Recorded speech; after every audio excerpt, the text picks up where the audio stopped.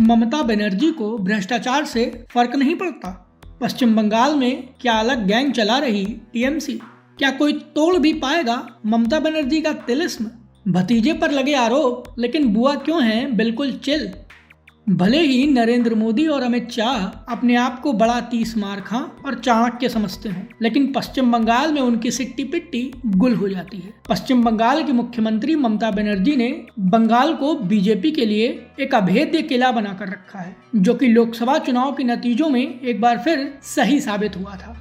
भले ही चुनावी सफलता मिल रही हो, लेकिन ममता बनर्जी के खेमे के नेताओं पर लगातार भ्रष्टाचार के आरोप लगते रहे हैं। इसके बावजूद उनका रवैया बताता है कि उन्हें भ्रष्टाचार से कोई फर्क ही नहीं पड़ता है। लेकिन क्यों? चलिए आज आपको इसके बारे में डिटेल में बताते हैं।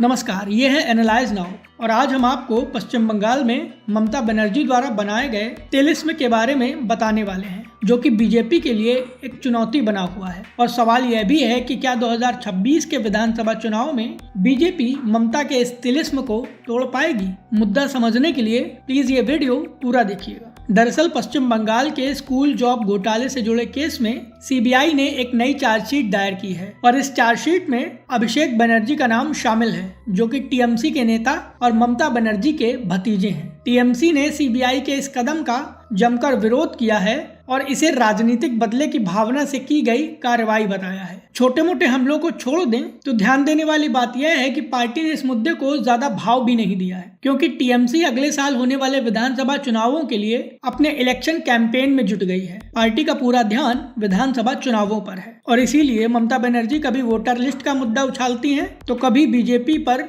चुनाव आयोग के साथ सांठ-गांठ कर चुनाव में गड़बड़ी होने की आशंका जताती रहती हैं। साल 2021 के विधानसभा चुनावों में टीएमसी की जीत के बाद पार्टी के कई नेताओं को भ्रष्टाचार के मामलों में गिरफ्तार किया गया था। ऐसे में अभिषेक बनर्जी का नाम सीबीआई की चार्जशीट में होना टीएमसी के लिए टेंशन वाली बात होनी चाहिए थी, लेकिन लगता नहीं है कि टीएमसी किसी टेंशन में भी है। पार्टी के जानकार नेताओं का कहना है कि अभिषेक बनर्जी और उनके परिवार के खिलाफ सीबीआई और ईडी की जांच पहले से ही चल रही है। कोयला तस्करी से जुड़े कथित मामले में उनकी पत्नी और ससुराल पक्ष के कई लोगों से पूछताछ की जा चुकी है। इसीलिए अभिषेक बनर्जी से पूछताछ होती है या उनके खिलाफ कोई केस चलता है तो उसमें कुछ नया नहीं होगा। टीएमसी के नेताओं का यह भी कहना है कि अगले साल विधानसभा चुनाव है और अगर उससे पहले शिक्षक भर्ती घोटाले के मामले में कार्रवाई तेज होती है और अभिषेक बनर्जी को परेशान किया जाता है तो इससे टीएमसी को नुकसान नहीं बल्कि फायदा होगा। टीएमसी नेताओं को लग रहा है कि अभिषेक बनर्जी पर कार्रवाई हुई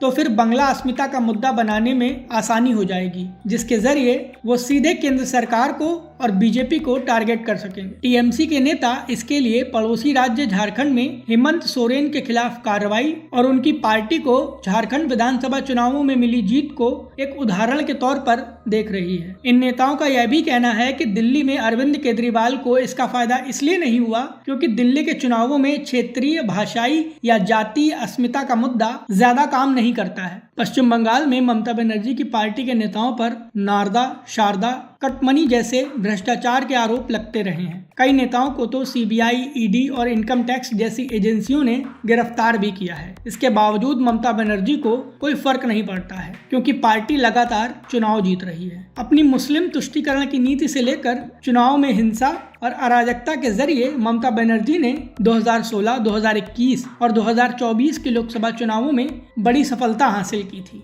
संभवतः यही कारण है कि ममता बनर्जी को भ्रष्टाचार के आरोपों या कहें कि भ्रष्टाचार के मुद्दों से कोई फर्क ही नहीं पड़ता है और इसीलिए ममता बनर्जी अपने भतीजे अभिषेक बनर्जी के खिलाफ गंभीर आरोप लगने के बावजूद बिल्कुल चिल हैं। उन्हें इस बात की कोई परवाह ही नहीं है कि भतीजे पर आरोप लगने से उन्हें दंड होगा, बल्कि उन्हें उम्मीद है कि उन्हें इसका फायदा मिलेगा। उन्हें इस बात की कोई चिंता नहीं है कि भ्रष्टाचार के मामले में अभिषेक बनर्जी पर कार्रवाई हो सकती है, बल्कि वो टेंशन फ्री हैं कि उन्हें इससे विधानसभा चुनाव के दौरान ज्यादा फायदा होगा। ऐसे में बड़ा सवाल यही है कि क्या बीजेपी और मोदी शाह की जोड़ी टीएमसी का किला ध्वस्त करने में कामयाब होगी भी या नहीं?